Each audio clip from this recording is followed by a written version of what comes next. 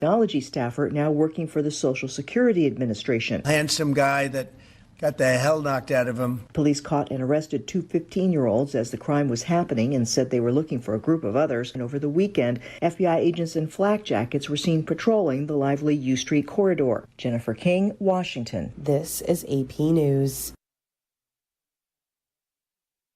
AP correspondent Julie Walker reports Christmas comes early to Germany. 3 postal workers in Europe set off on a nearly 2,000-mile journey by bicycle from St. Nicholas in Germany to the small town of Rovaniemi in Finland. The Finnish town is home to Santa Claus Village, a winter-themed amusement park perched on the edge of the Arctic Circle.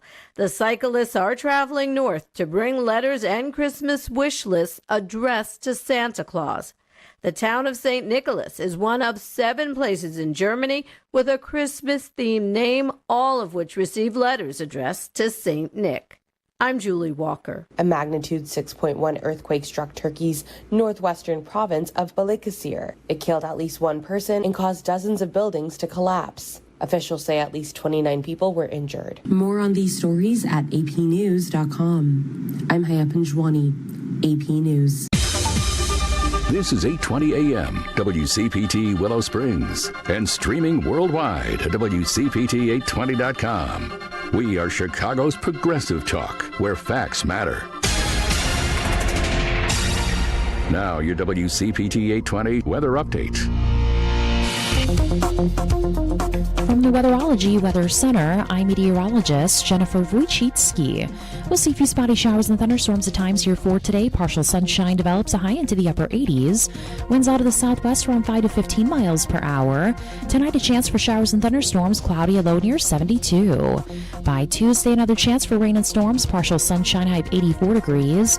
Wednesday, mostly sunny skies and a high around 84. That's your latest Chicago weather update. Currently, it's 77. Millions of Americans take medicine like Ozempic and Zepbound. Many of them are overpaying by thousands of dollars a year. These GLP-1 medications for diabetes, weight loss, and more may not always be covered by your insurance, but GoodRx can help. GoodRx helps you save every month on prescriptions at over 70,000 pharmacies nationwide. Best of all, it's free to use. Check GoodRx to save on GLP-1s. Just go to GoodRx.com/GLP. That's GoodRx.com/GLP. GoodRx is not insurance, but can be used instead of insurance, including Medicare and other federal and state-funded programs. Because facts matter. You are listening to WCPT 820. Welcome to Choose Views with Richard Chew. Get ready to dive into a world of insightful conversations and thought-provoking discussions. As progressives, our job is to have an all-inclusive, full-on assault with all of our players. A show that focuses on moving our political, social, economic, gender, and cultural conversation forward. And all of our players means all of our players. It's Choose Views. And now, here's your host, Richard Chew. Good Monday morning, progressives. Welcome to the August 11th, 2025 edition of Choose Views at 773-763-9278. Find my show on Facebook Live, TuneIn Radio, and YouTube. Email me, of course, at richard@WCPT820.com. And you can follow me on X, Instagram, LinkedIn, Facebook, Blue Sky, Threads, and Substack. We put stuff out there every now and again, and you can catch all of our shows by subscribing to our WCPT podcast on Apple Podcast or Spotify and iHeartRadio. Good places to be. There you can get Choose Views, featured interviews, and selected segments that we do. Joan Esposito, live, local, and progressive. Patty Vasquez, the big picture, driving it home, I should say, with Patty Vasquez. The Big Picture with Edwin Eisendrath, Out Chicago, and our other shows and interviews. Sorry about that, Patty. Driving it home with Patty Vasquez. There you go. And make your way over to our heartlandsignal.com digital platform. Got some stuff for you guys, some homework assignments for you guys there today. And tomorrow I may be playing a couple of clips from Heartland that I think you guys will appreciate. But for now, we'll make sure that we kind of read through some of the things that are happening there to keep you up to speed. So today's show, a couple things. First, let's talk about our guest. Today's guest, plural, will be Rich Logis from Leaving MAGA in the 7:30 hour, and Danny Collins, one of the individuals that's part of his organization now that has left MAGA. So we'll hear a little bit of a recap of Rich's story and the organization that he's put together. but also have a little bit more in-depth conversation with Danny about his leaving MAGA and what it took, what caused him to go in the first place, or I should say become a part of in the first place, and then leave MAGA. So we'll be talking to those guys in the 7:30 hour. And excuse me. This morning, I've got a big question for you guys, and anybody in the country can answer because it is relevant to the country. I'll have to be a local flair to it, but it's relevant to the entire country. So got a question coming at you in a little bit that I want you guys to be participants in. But right now, check this out, progressives. Let me just say this. And for those that are not familiar with history, I want you to just kind of think about some Republicans don't want to do this, but guess what? The legislators are still going to do it. And I analogize it to when black people used to be hung at the county square and they had a crowd of people there. Some of those people in that crowd didn't want to see it happen, but they stood there and allowed it to happen. That's the same thing that's happening right now. They're allowing it to happen and just standing there without doing anything about it. So I'm asking the elected officials to do something about this. That was Texas State Senator Royce West. And you guys remember last week I said that this situation in Texas with the gerrymandering, the redistricting, but the attempt by the governor and the attorney general to say that they're going to go out and sort of round up and search for and capture the Texas Democrats that decided to leave the state, which is their right to do as it relates to the quorum. And how I said that this was a power grab. Obviously, we all know that.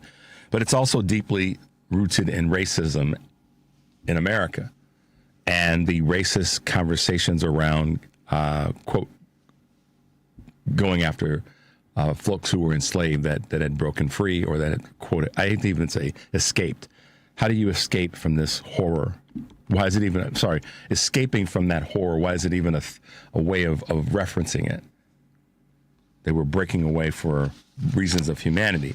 But to keep on point, Senator Royce West from Texas spoke to the fact that this is a purely racist, revisionist, we're going to go capture them. That statement, those phrases are right out of that playbook.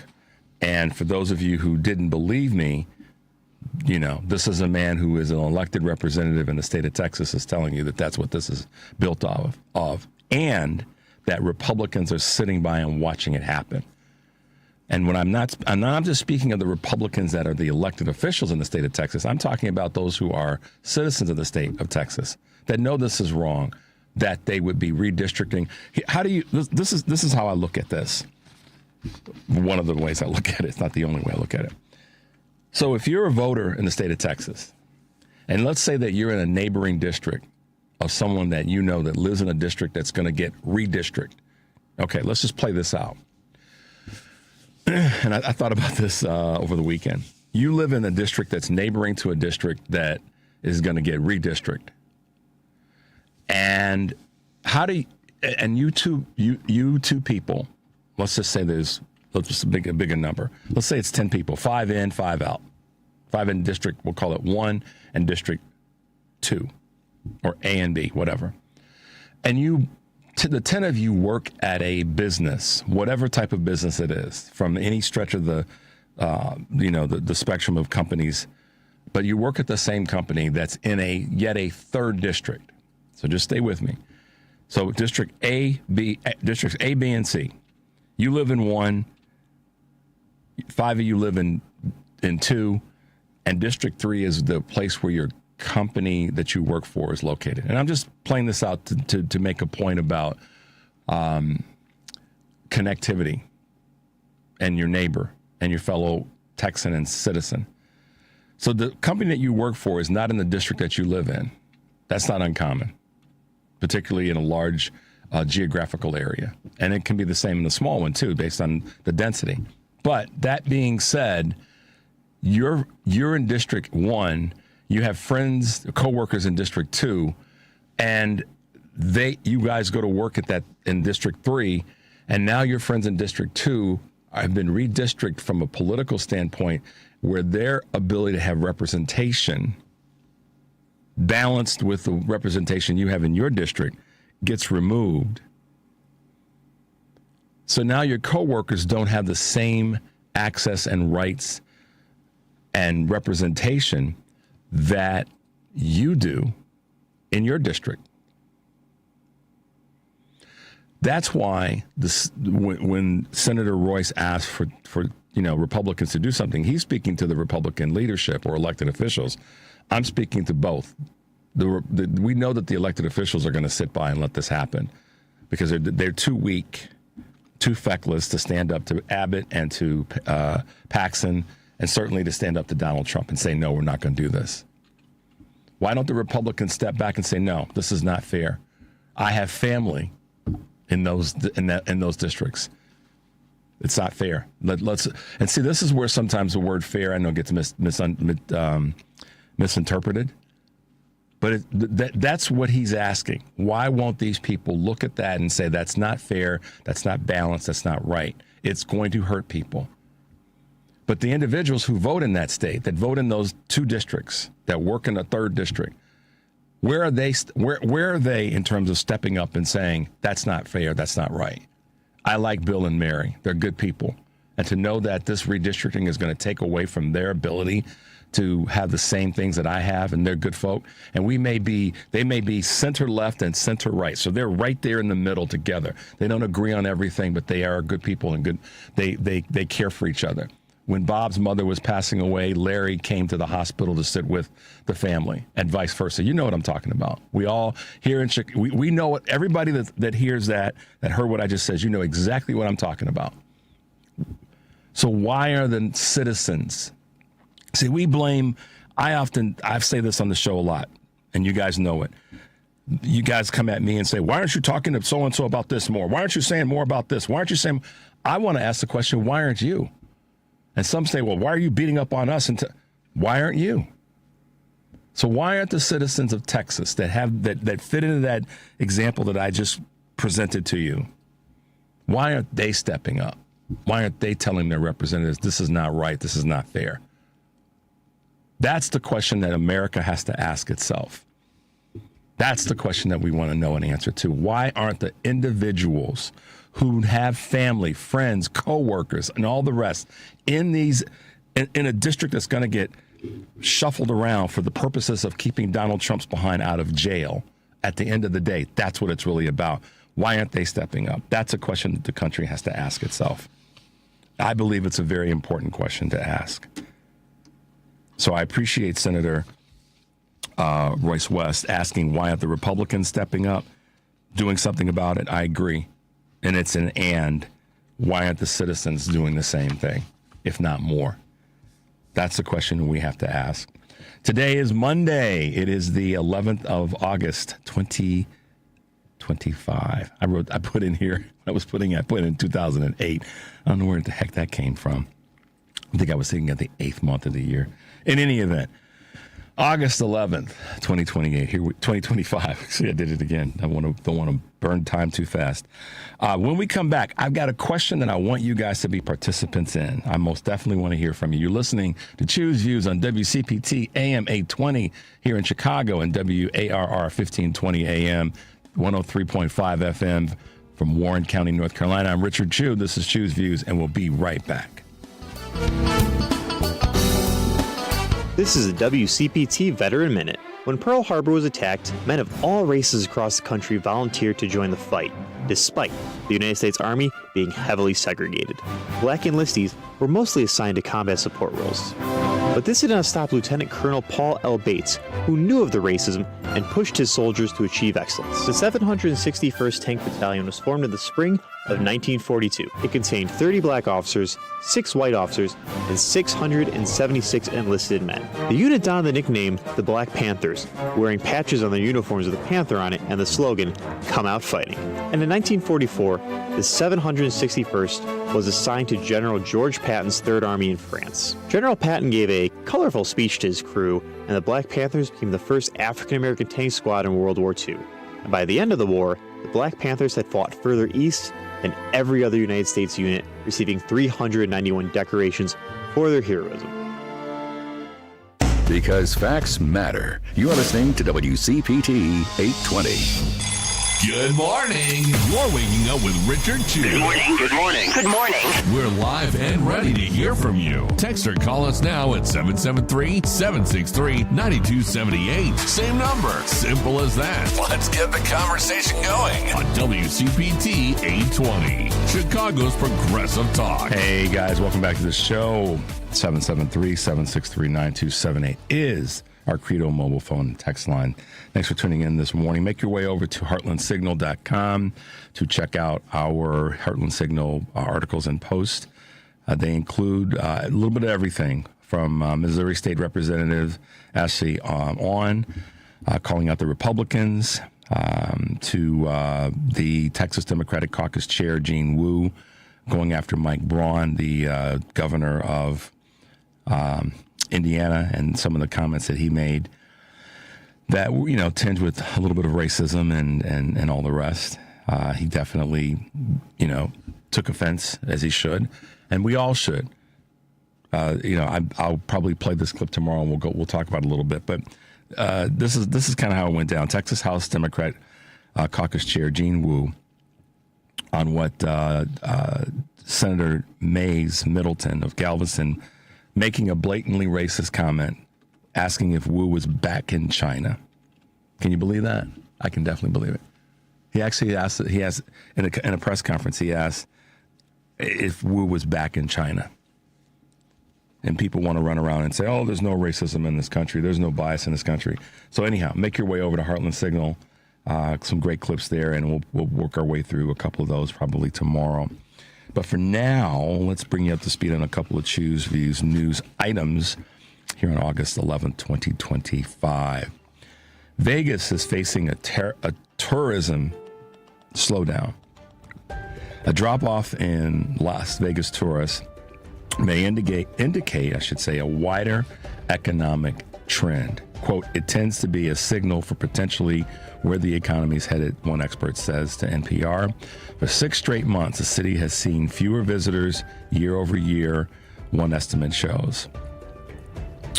According to the same data, numbers that were also shown in June across Vegas hotels, convention centers, and the city's busiest airport. And while summer is often a slower season there, the shift also comes amid a changing immigration landscape in the United States. So, just mindful of what's happening there. It's a good measure for those who are studying that tourism, the tourism in that big city. Restaurants bet on protein trend. Protein is so popular, even coffee chains are jumping on the muscle-building bandwagon. Both Starbucks and rival Dutch Brothers now offer protein-packed add-ons, even as consumers pull back on spending. According to one estimate, about 1/3 of consumers prefer to eat a high-protein diet. That's up 24% from 2022. Grocery store aisles abound with foods fortified with protein, including Eggo waffles, and an estimated 28.4% of U.S. restaurants highlight protein content on their menus, a figure that's expected to rise over 10% by 2029. Program pay workers are looking to relocate. Programs designed to attract remote workers to America's heartland have outlasted their pandemic-era origins. City officials in Tulsa, Oklahoma, are among those hoping to reserve the economic impact associated with decades of brain drain. A program called Tulsa Remote has helped achieve that goal, reportedly luring over 3,600 people to Tulsa since 2018. Thanks to funding from the George Kaiser Family Foundation, Tulsa Remote pays workers $10,000 to relocate for a minimum of 1 year. Newer programs with less funding, meanwhile, have seen limited success. All right, private meeting. What's that all about? AI is taking notes. This one really caught my eye. Some office workers are learning the hard way that video conferencing software is always listening, according to the Wall Street Journal. Artificial intelligence note takers from companies like Zoom and Google pick up strategizing and small talk before the meeting, side chats during, and debriefing afterward. All of it liable to show up in a shared recap. Sometimes an unwitting disclosure can provide some comic relief. You think? But it can also compromise proprietary information and jeopardize a client relationship. So in other words, keep your mouth shut until the meeting starts. And then when you're done, make sure you're off the meeting before you start talking about something that you hated about the meeting or the person that was running the meeting, right, Devin? Somebody that you just don't like. Be careful there. All right. Last but not least, shut up and grind era in tech. What does that mean? Fear has crept into the culture of big tech, where Americans long to work because of outsized pay and perks. Sentiment, however, began to change amid investor scrutiny of the firms given their size and bureaucratization. Tough word. Then accelerated with layoffs of hundreds of thousands of workers in 2022 and 2023. The fear is now playing into the advance of AI, which threatens to make even mid-level engineers redundant. Quote, we're all afraid enough to go along with training our own replacements. Is that crazy? One tech worker says to the New York Times. So, there you go. A couple of Choose Views news items this morning, August 11th, 2025, not 2028. All righty. Some things that are happening in and around our Midwest and all. Sad to see one of the long-standing hospitals here in the Chicago area, Weiss Hospital, was closed after getting cut from Medicare and Medicaid. Something that I'd followed at the end of last week, but wanted to wait till I had a little bit more information. But attention, please. Hospital emergency department is currently closed. That's terrible. Directing people to the nearest hospital, Thorock Hospital on further west on Irving Park Road. For those who know Chicago, you know what I'm talking about. Weiss Hospital is up in the kind of Margate Park area, just off of Lakeshore Drive at Lawrence. And it's been a community hospital since 1952, part of the the Louis A. Weiss, I should say, Foundation. And it is, unfortunately, this is a metropolitan hospital. We talked a lot about the impact of the tariffs. We talked about the impact of this big betrayal of a bill on rural communities. And we know that that's unfortunately coming. However, this is something that's right here, excuse me, guys, right here in Chicago, on the north side of Chicago. And so that's not anything close to being rural. It's a metropolitan hospital that serves many, many people in that community. So for those who may not know, the next nearest hospital, if you happen to be listening or know someone in that area and you want to pass this along, is Thorock Hospital at 850 West Irving Park Road. So, but again, this is a part of this bigger conversation, y'all. Medicare, Medicaid. The question that this was explained a little bit by one of our guests a couple weeks ago, and I'll do my best just to touch on it very, very quickly and lightly. People think that folks that are laying around collecting a check from Medicare and Medicaid, and that's not how it works. So before you criticize us for criticizing the Trump administration and this awful bill, understand how it works. And many of you do, so don't take that the wrong way. No one take that the wrong way. But the payments go to the facilities for the care that's provided. And so without them having that backboard, if you will, that protection, it then affects a large swath of people in a blink of an eye. A hospital closes, that impacts a couple different, bullet points. And I'm trying to say this as sensitively as I can. It clearly impacts the people who are cared there at the hospital, at the emergency room. We know that. We think of hospitals, we think about care, we think about folks that are in the hospital or people that are having to go to the emergency room or to some extent, have to be treated for something. That's what comes to mind oftentimes first.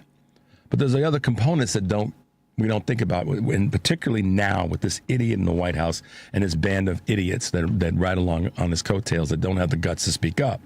Yeah, I said it. The people that work there now don't have their employment.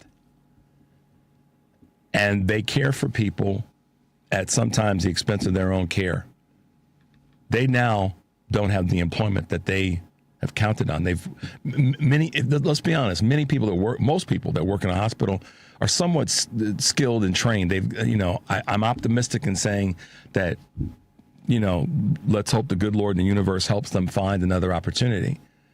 However, these are people that are trained and skilled. They're not folks that, the right wants to say, are lazy and whatever comes out of their stupid A mouths.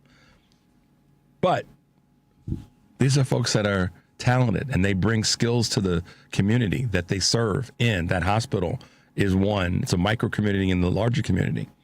So that's the second group that's impacted. The third is the economy in that community.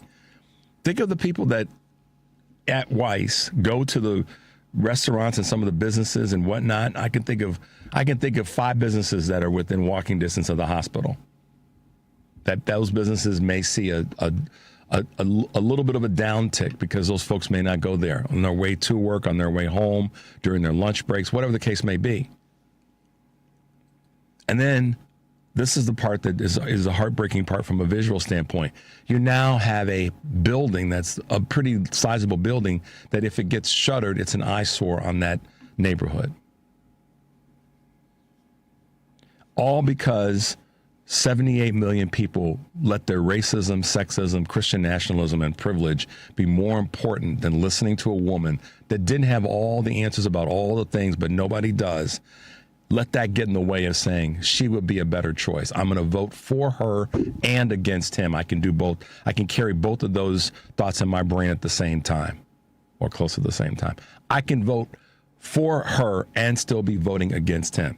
Too many people were not willing to do that. And yeah, you can throw all you want to at me about what happened and what trickery and chicanery went on with the voting. I get that. You can throw all you want to at me about the Electoral College. I get that. So the one thing that you guys have to understand, when you throw something at me, I don't know everything about everything. But what I do know is that I pay attention to most things. And so we have a hospital here in Chicago that's closing in the city. It's not a rural hospital. And it's going to have an effect on 4 bullet points. I hate to say that, but I don't want to categorize anything, but it's going to have an effect on 4 elements of that community. The people that are served there, the people that serve the community there, the businesses that surround the community, being the patients, the community that it sits in, and the residential eyesore that it will potentially create because of the size of a building that, if it were to get shuttered, would be awful. Because 78 million people couldn't vote for a person that had a little bit better plan for us. Not perfect, but a little bit better. Just enough better. So there you go. Yeah, my little sarcasm this morning on that, because I saw that and I'm disappointed in this happening. And I'm saddened for the folks that it's going to directly impact, and then those who are going to be indirectly impacted by it.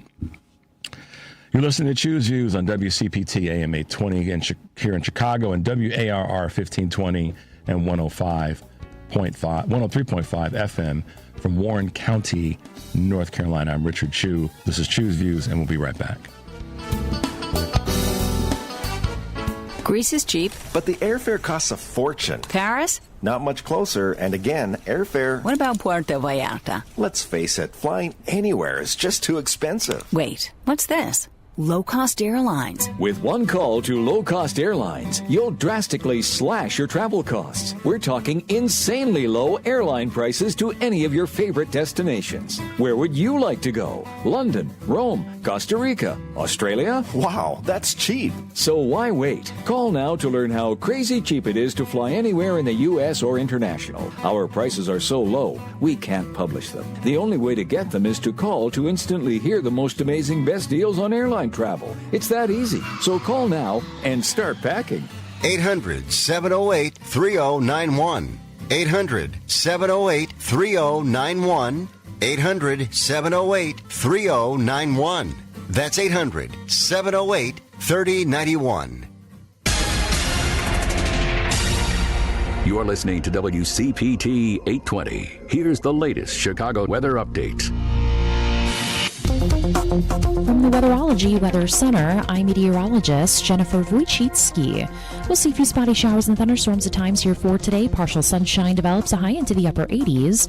Winds out of the southwest around 5 to 15 miles per hour. Tonight, a chance for showers and thunderstorms, cloudy, a low near 72. By Tuesday, another chance for rain and storms, partial sunshine, high of 84 degrees. Wednesday, mostly sunny skies and a high around 84. That's your latest Chicago weather update. Currently, it's 75. Hey Google, play WCPT. Streaming Chicago's progressive talk from TuneIn. You're listening to Choose Views with Richard Chu on WCPT 820, Chicago's progressive talk. Hey there, welcome back to the Choose Views show. Choose Views. Oh, man. Today on Live Local and Progressive, Joan Esposito will be talking to media critic Jennifer Schulze, Dr. John Murphy, professor of communication at the University of Illinois, and an expert on the history of American public address and political rhetoric. And Chris Brewery, senior journalist in residence at DePaul University. Live Local and Progressive, weekdays 2 to 5 Central Time, here on WCPT, Chicago's Progressive Talk for 20 years. Tonight on Driving It Home, Patty Vasquez will be joined by George Demas, co-writer and co-producer of a film, A Spartan Dream, opening for a limited run at the Pickwick Theater in Park Ridge on August 15th. That's this weekend. Lana Manikowski, infertility activist, coach, and author of So What Now? So Now What? Let me get that right. So Now What? Create a life you love without the children you always dreamed of. And the music director of the Piedmont Raging Grannies. A gaggle of little old ladies promoting peace, justice, social, and economic equality through song and humor. That's Driving It Home with Patty Vasquez, weekdays 5 to 7 Central, here on WCPT AM 820, Heartland Signal website, TuneIn, YouTube, and Facebook. Guess what, guys? Tomorrow, I'm really excited that we're going to have Isaiah Martin, who is one of the young up-and-coming voices in Texas. And I know we're focusing a lot on Texas right now because it is a big deal. It is a big deal for the state, and it's a big deal for the country. And, I get the comments that people talk about communities and different, and they want to go after blue states versus red states. But guess what? The blue states are the ones that make sure that red states the lights stay on, because we contribute the most money. Check it out. It's a fact. It's a numerical database fact, not me just spouting off my opinion. That's a fact, y'all. So those who want to hate on the blue states, keep on hating. Watch what happens if you secede. So many of you want to see that happen from red states. But anyhow, just to let you know, Isaiah Martin will be with us tomorrow. And fingers crossed, we may be talking with another Texas representative. So we want to get their thoughts and opinions on what's happening in their state. So that's on tomorrow's show. And, of course, this is a Credo Mobile phone and text line, 773-763-9278.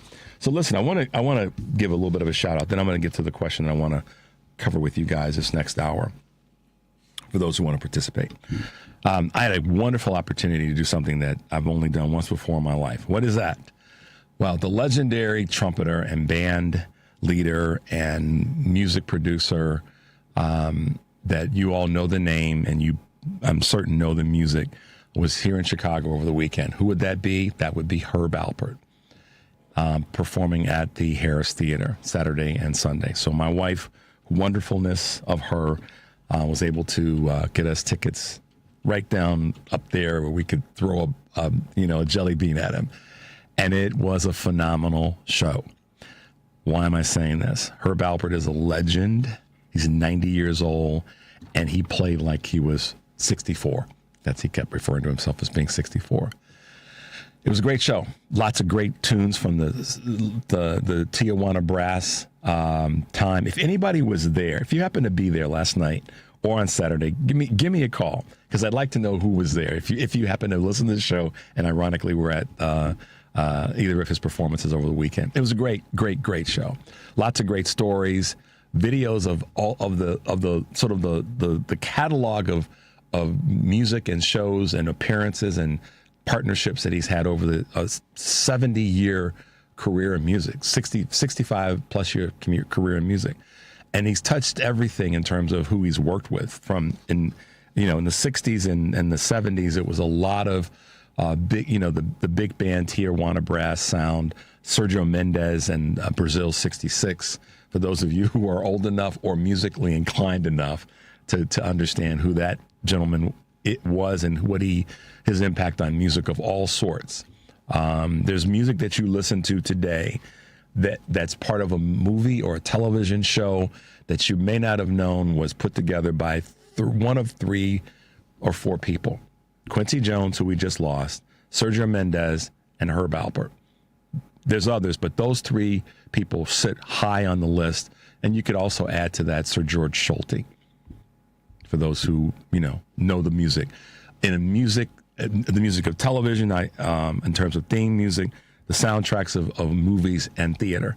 These 4 guys, and no ladies be offended, there's a tremendous number of women in the mix, but those 4 happen to be my, Mount Rushmore of musical people in the 3 areas of, theater, television, and movies. Now, Herb was great last night. Still had it. Still had the moves. Still had the musical strength from that trumpet. And his brass, his band behind him were phenomenal. Had a young cat playing trumpet along with Herb to kind of fill in some of the notes that the age of your lungs don't allow you to still get to. But it was unbelievable. And yes, thanks, Kurt. Henry Mancini also. Forgot about it. See, I told you there'd be others. Kurt Herner just reminded me. Henry Mancini is another one of those folks. It was great to hear the music last night. It was great to be in the theater to hear the performance. And just a big shout out. Herb Alpert's worked with pretty much everybody. Some of the big names of artists range from, like I said, Sergio Mendes, but the Carpenters. Many people don't know Herb Alpert was the president and head of A&M Music, Alpert and Moss Music. And that allowed them to produce some of the people that we all recognize, from the Carpenters to Chuck Mangione, who we lost week before last, to Sting. People didn't realize that. In the Police, to Janet Jackson, just, on and on. So many great names. And it was an honor to be there. One of the things that I remember about the show last night is the number of people who were standing up so often applauding because they heard a song that touched them. So it was great evening, as you can tell. But I just want to give a shout out to that event and to the Harris Theater, but also to my wife for giving me that great gift of seeing someone who I have admired and followed for years, literally years, going back to, high school. So there you go. All right. What's my question? Well, first of all, another quick shout out. Mary Sheffield. Who is she? She is the individual that, now that the election results are in, wins a primary in Detroit to become, she's poised to become Detroit's first woman mayor. So we'll keep you posted in that space. But that's something to keep an eye out on, and I will make sure to keep you guys up to speed as that proceeds. Okay, so my question. You guys heard this, you probably heard this or been aware of it to some extent, that J.B. Pritzker, during a couple of interviews recently, Meet the Press and such, says it hasn't ruled out, when questioned, that he's more than considering a run for president. So I want to ask you guys this question. wherever you are in the country, however you're listening to the show. And I'd like your responses. Calls would be great because I want to hear what you have to say. So I'll be taking your calls until our guest comes on in about an hour. Do you want to see J.B. Pritzker run for president? It's yes or no. Do you want to see him run for president? And if it's yes or if it's no, what are your reasons for being for or against it? I'm curious to find out where you guys stand. He made it clear that he's not ruling it out. And I think that so many people in this last, week or so, 10 days with what's happening in Texas have seen that he stepped up to be supporters of folks from another state. He's done this on a number of occasions when it comes to people needing, for lack of better words, a place of safety, whether it be folks of the LGBTQ community, women who need reproductive care, folks who were shipped in buses to the state of Illinois. He stepped up every time that the call has been made. He's been there. And now the question is, will he run for president? He says he's going to run a third term for governor, but we know the political winds can change the trajectory of what someone feels they need to do. We know that. So I'm curious where you guys sit. Do you want to see J.B. Pritzker run for president and your reasons for or against it? I'd like to hear what you have to say. And, of course, our number is 773-763-9278. So we'll bounce back to that as we go through our show this morning. In that same conversation around J.B. Pritzker, one of the things that is interesting is that he is showing how Democrats must talk, and how they should be when it comes to dealing with the GOP. And, we have to continue this ongoing constant criticism of the White House, of Donald Trump and his regime. And for those who are in a local, you're in a particular community, wherever it might be. You could be in Minneapolis, you could be in, Belzona, Mississippi, or you could be in, someplace in California. It doesn't matter where you are. What's happening by the administration right now, by the regime, is impacting you. So all of our conversations now are national, they're regional, they're local, and they're micro. Because everything that the White House is doing is impacting our lives. And it's not just because we're giving air to it, if you will, or oxygen to it. It's literally impacting our lives. Weiss Hospital, we hadn't talked about Weiss Hospital as long as I've been doing this show. Not specifically about Weiss, but now we are. What's happening there is due to something that is happening, excuse me, guys, happening from the White House. So the national conversation is impacting the local market. And I want you guys to take that seriously. And don't feel like we talk about national politics too much, because right now, national is local and local is national. That hospital is being closed because of what's happening with this regime and the big betrayal of a bill. So that's why we talk about all these things, and we try to show the connective tissue and why we all have to be involved and be caring about what's happening in other states. I don't think we live in an environment any longer where we can go, well, that's happening over there. We have to be mindful of what's happening over there is happening to us. And we have a responsibility to each other to be aware of that and then to be willing to figure out what we can do about it. So I'd like to know, do you think that J.B. Pritzker should run for president? And if so, your reasons for it, or if not, your reasons against it. I want to hear what you have to say. But for now, you're listening to Choose Views on WCPT AM 820 and WARR 1520 AM and 103.5 FM from Warren County, North Carolina. I'm Richard Chu. This is Choose Views, and we'll be right back. This is WCPT telling you how you can shop blue. With the summer finally being here and everyone going on those vacations, let's look at some hotels that support the Democratic Party. Hyatt Hotels. Now, Hyatt Hotels is owned by the Pritzker family. Why does that Pritzker name sound so familiar? Well, that's right, Governor J.B. Pritzker, governor of Illinois. safe to say that Hyatt Hotels supports the Democratic Party. Choice Hotels. Now, Choice Hotels donated $1.3 million to Democrats in 2024. And if you're wondering, Choice Hotels owns Quality Inn, Sleep Inn, Lacono Lodge, and Roadway Inn. Wyndham Hotels.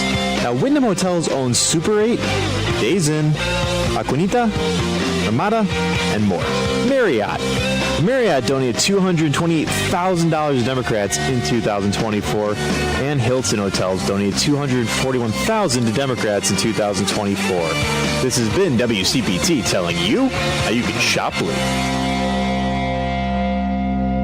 WCPT 820, Chicago's progressive talk, where facts matter.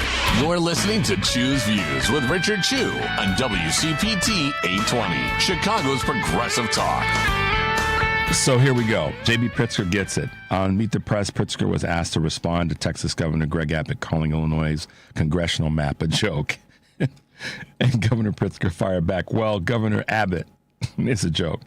He's the one who's attempting mid-decade here at a time when, frankly, all of us are concerned about the future of democracy. He's literally helping whittle away and licking the boots of his leader, Donald Trump. Right on, Governor Pritzker. Here in Illinois, we followed the law. We provided a map and passed a map that follows the Voting Rights Act and the Constitution and the laws of the state of Illinois. He's attempting to thwart federal law and take away 5 seats that are in the hands of black, brown, and minority congressional people and the people that they represent. He's taking those votes away. He's violating the Constitution. All of us need to stand up and speak out and make sure that it's understood across the country that what they're trying to do in Texas is illegal. That's how you talk to the GOP. That's how you answer those questions when they come at you from anybody in the media. And this was a question asked of him by Kristen Welker. Whoever it is, we have to be ready to throw back. No more of this sort of, mealy-mouthing and dealing with the media, or certainly the GOP, the guardians of pedophile. No more. It's not allowed anymore. We cannot do it anymore. We can't. That's how you come back at them. That's how you deal with them. So the question again is, do you want to see J.B. Pritzker run for president, and your reasons for and or against it? I got one comment that was a text sent that says, this comes from Nancy. It pains me to say, quote, no, because Illinois needs him. I get that. I've heard that from a number of people when I've had conversations about, who they think will run in general across the country, whether it be him or Hochul or Newsom or Harris again, and many others. Are they needed in the role that they're currently in? So I get it, and I recognize and respect that. As we talk about gerrymandering and we talk about this craziness in Texas, I do want to, we're going to, in the 7 o'clock hour, we got a few clips that we want to bring to you that speak to this conversation. We'll talk a little bit about what Canada has to say about some of the tariffs. But let's grab a quick call. Devin, I think we have a person that has a comment about my question. Good morning, Rosalie. Welcome to the show. Thank you. Are you there? Yeah, I can hear the background. Oh, yes, I am.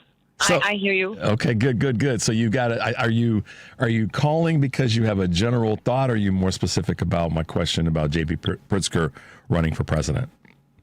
My thought was general, and it was very personal because I remember how he led us through the pandemic years. And he's a leader, and he's a uniter. Of course, I like his spunk. I appreciate spunk where he can give back as much as we have to take. And he's a fighter for us. He can say things and fight for us where we can't. I would love him to be president now. But he's chosen not to be president right now. And I would definitely vote for him and trust my future with him. Yeah, I really appreciate what you said about your appreciation. He was an integral part of leading us through the craziness of the pandemic. And along with that, which a lot of people don't know, many do, but I don't think that everybody recognizes this, not just in Illinois, but recognizes throughout the country, that, Trump was tinkering and tampering with the distribution of protective equipment for folks in blue states. That's not hyperbolic. That's not me being, partisan. That's a fact. And in doing that, while doing that, Rosalie, Governor Pritzker was, again, at the front of the line, making it clear that that's not right. And he did what he needed to do to find other ways. Because some of the equipment that, first of all, it was delayed, and then the equipment that did come was damaged, if you recall. And he did what he needed to do to make sure that we had the right stuff that we needed, both on an individual level and in the medical community, of what they needed to take care of people. So you're right. He got together. He put aside any of his issues with any of the other politicians in the state, whether it be at the time, the beginning of it, Mayor Lightfoot, to county leaders and all the rest, to say, no, we got to get this done. And he did it. He was, like a general. Yes. He was like a general during warfare, the way that he took the lead. Exactly, and I just can't say enough about him. I like his strength. I like that he's always ready to fight back. He doesn't miss a beat. He knows exactly what to say at the right time, and he's the right person for the right time. And I wish he were president now, but oh well. Here we are, Rosalie. I'm glad to hear you. I haven't heard from you in a while. I hope you've been doing okay. Yes, I have, and thank you. Thank you, and good luck. All right, take care. Have a good day. Bye-bye. Bye-bye. Always good to hear from Rosalie. So, he did. And, it popped into my mind, and make sure that it popped into my mind that he, how do I want to say it? He just stepped up. I mean, and our blue governors did that.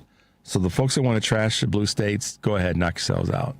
But our blue governor stepped up to and he really particularly did.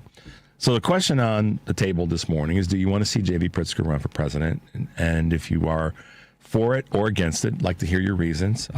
Rosalie is for it because she believes that he would be a leader, and it's one of the leaders that we would need. Now, imagine him in the White House during this. Or let's just back up. Let me back that up before I even let that slip out of my mouth. Imagine having a Democrat in the White House right now, whether it be Joe Biden or Kamala Harris. I hear people going, well, what would that represent? Well, like Joe Biden said, finishing the job of the things that they were working on to get done. And we're not going to have the debate about, what the Dems could. I get all that. I'm not going there this morning. I'm just saying, how much more at peace would we all be?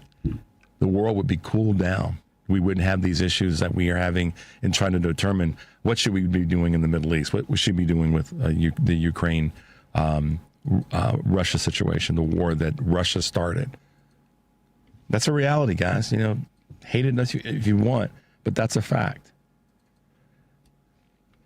And so we wouldn't. This bill wouldn't even be something we'd be discussing. We wouldn't be worried about hospitals closing that have closed. That wouldn't be part of our conversation.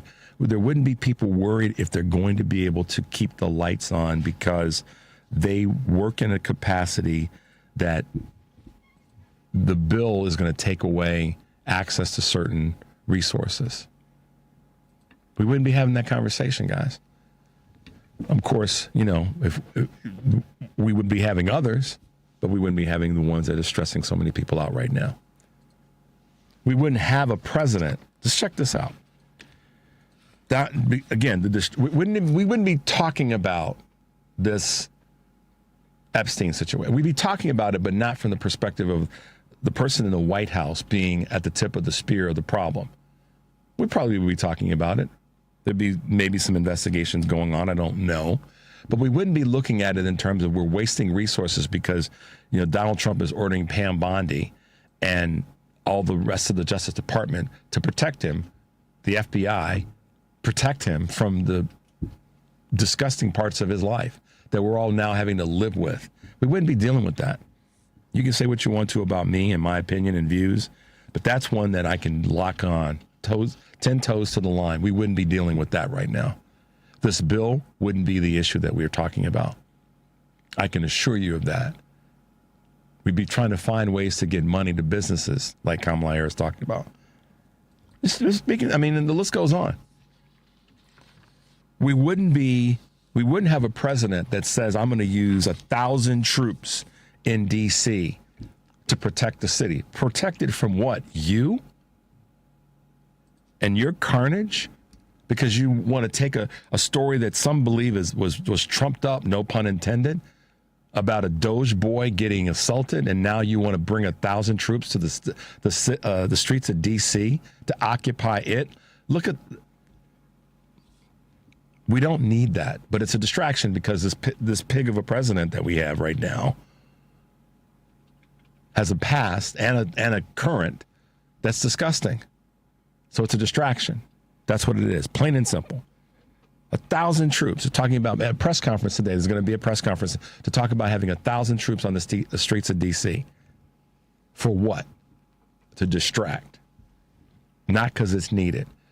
How about working with, if there is that type of a problem, how about working with the Mayor Bowser, and saying, okay, how can we make things better? But see, he doesn't know how to do that. He lied to so many people. So many people bought his garbage because they wanted to buy it. Let's be honest. They were looking for someone to fight their fight for them because they themselves aren't strong enough to do it. But there's no negotiation here. We're going to put 1,000. The cost of that, how about having a conversation with folks? But that's not what he does. How about, taking the time? But that's not what he does. He wants to harm people. He wants to show he's the big bad dude.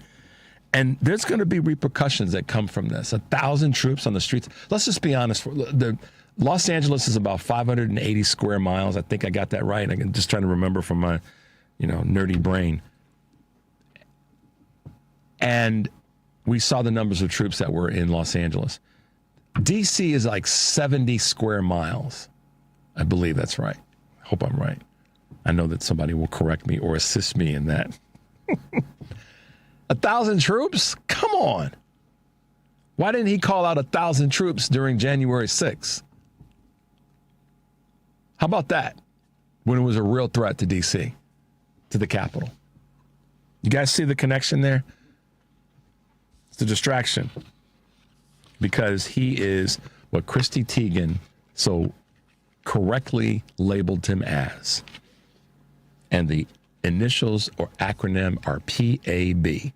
You trolls and MAGAs that are out there got a problem with that? Too bad, because it's the truth. 1,000 troops, guys. Think of the money that's going to be wasted there. And the potential harm that can come from it. All right.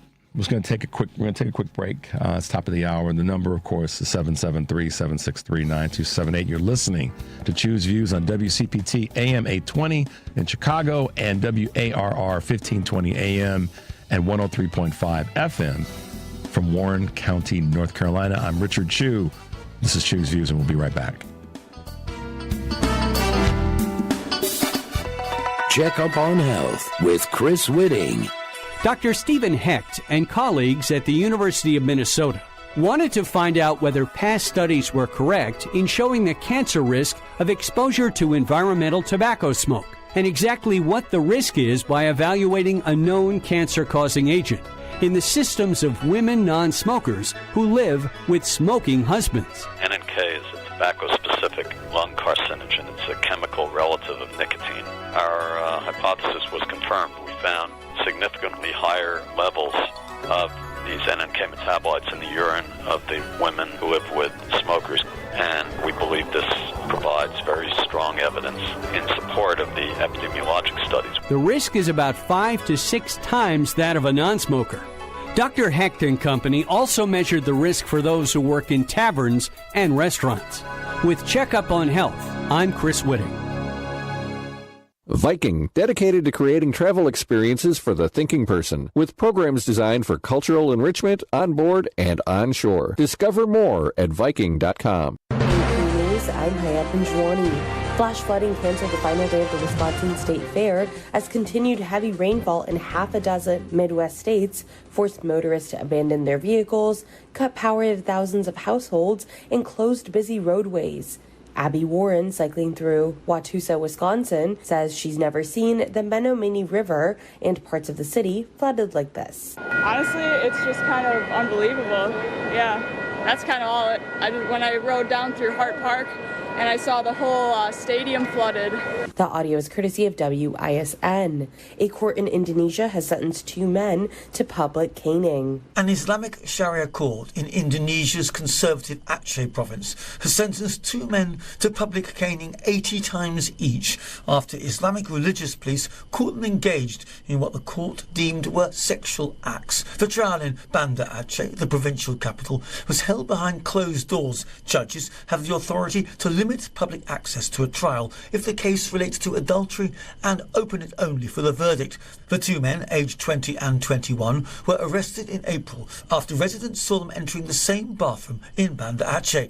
Aceh is considered more devout than other areas in Muslim-majority Indonesia and is the only province that observes a version of Islamic Sharia law. I'm Charles de Ledesma. Russian President Vladimir Putin is keeping up his demands in the war with Ukraine. In an interview, Vice President J.D. Vance says President Trump has gotten Russia's president to sit down with the leader of Ukraine. Vladimir Putin said that he would never sit down with Zelensky, the head of Ukraine, and the president has now got that to change. We're at a point now where we're now trying to figure out, frankly, scheduling and things like that around when these 3 leaders could sit down and discuss an end to this conflict. The audio is courtesy of Fox News Channel's Sunday Morning Futures. This is AP News.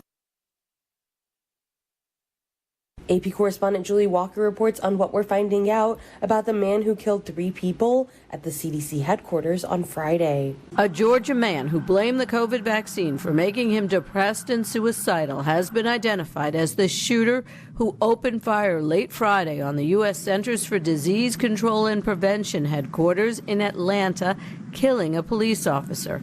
The 30-year-old man, identified as Patrick Joseph White, was armed with 5 guns, according to an official speaking on condition of anonymity. He died during the incident. White also tried to get into the CDC's headquarters, but was stopped by guards before driving to a pharmacy across the street and opening fire. The American Federation of Government Employees is calling for heightened security and a strong statement condemning vaccine misinformation from federal officials. I'm Julie Walker. I'm Haya Panjwani, AP. This is 820 AM, WCPT Willow Springs, and streaming worldwide at WCPT820.com. We are Chicago's progressive talk, where facts matter.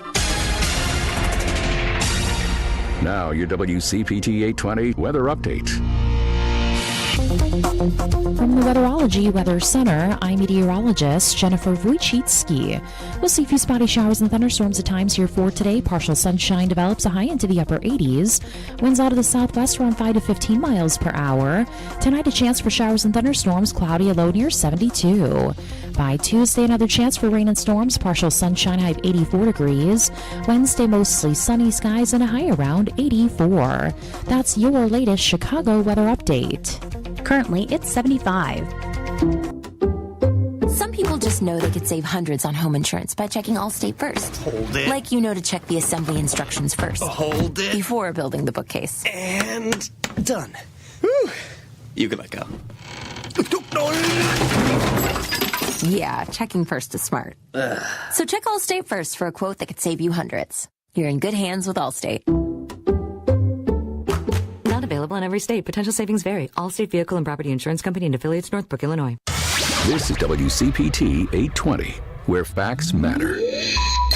Welcome to Choose Views with Richard Chew.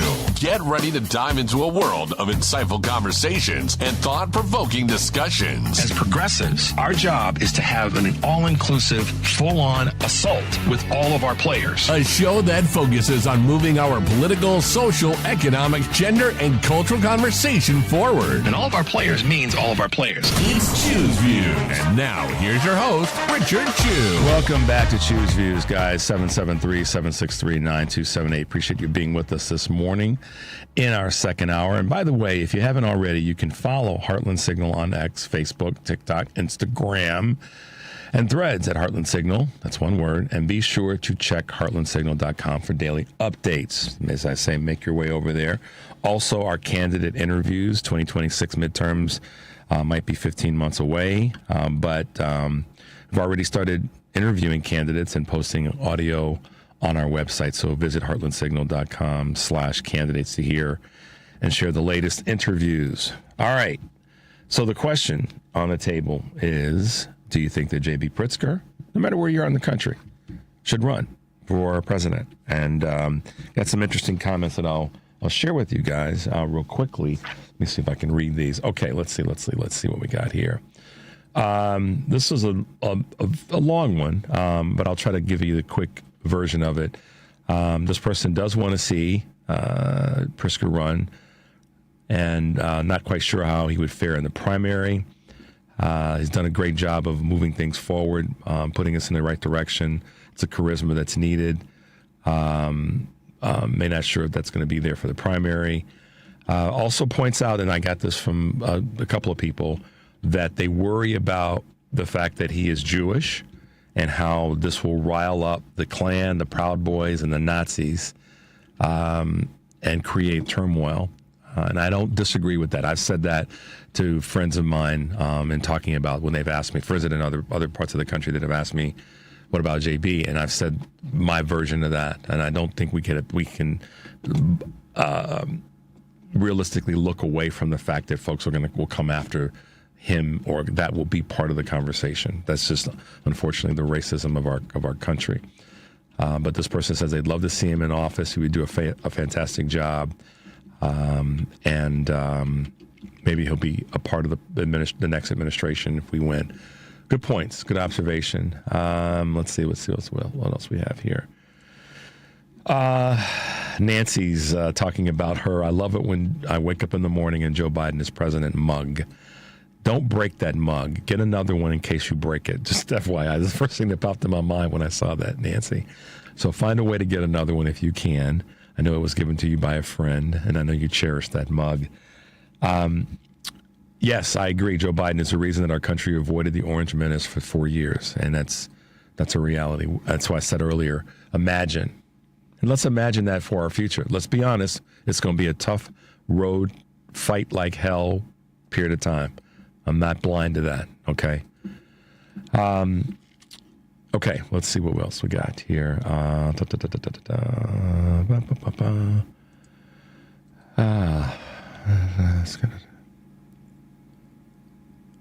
Okay, well, we got some people that want to. Let's see, that's all right. Sorry about that, guys.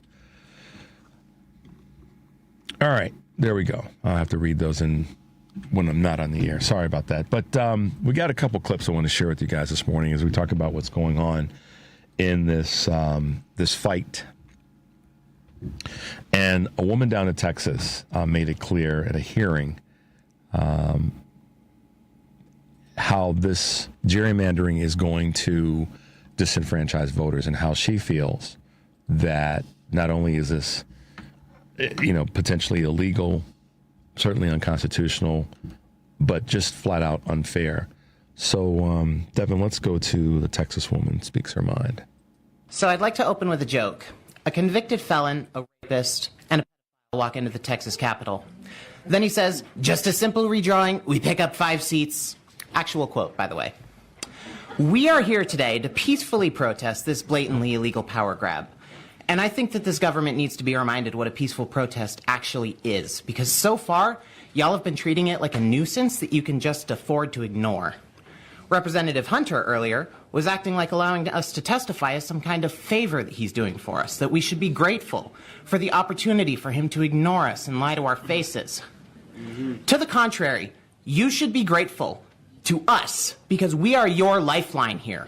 You see, a peaceful protest is a warning, the tide going out before the tsunami, an opportunity for you to change course, to stop this redistricting, to respect the law, to respect your constituents, to oppose authoritarianism, before you show this entire country that you are complicit with a system that is not just failing them, but is actively harming them, and that the rules don't apply anymore, that the social contract has been broken. MLK Jr. once said that a riot is the language of the unheard. I know that you don't care about us, but I have seen thousands of people plead with you to give a damn about their safety, their children's safety, and those pleas fell on deaf ears. Y'all only seem to care what Trump says. He says jump, you say how high. I'm not expecting my words to make your hearts grow 3 sizes today. My purpose here is not to appeal to your morals, because I know that that's futile. I am informing you of the situation that you have put yourselves in, and I am hoping that you are smart enough to act in your own self-interest. Preservation of your political space. She's speaking to Republicans there, and she was very right on point. It's a warning, just like the tide going out before a tsunami. And I think that we have to remember this. Her message is clear, and that the voters in Texas, why I said what I said earlier, and I was holding this clip to play it for you guys now. The voters in Texas are the ones that have to be willing to stand up as much as it is the political leaders. And so far, that hasn't been the case. So, for lack of better words, calling on Texas voters to do your part in this process, to do your part in making sure that you call out elected officials in your state. Because you know somebody. There is someone in your world who is going to be impacted by this redistricting in a major way. And like I said earlier in the example that I gave of you living in District 2 and District 1, and you work in District 3, so one of your coworkers is going to be impacted by this. That's a reality. So don't put blinders on to the fact that this is something that's going to impact someone that you know. There's no hyperbolic statements going on in how I'm putting that out. It's a fact.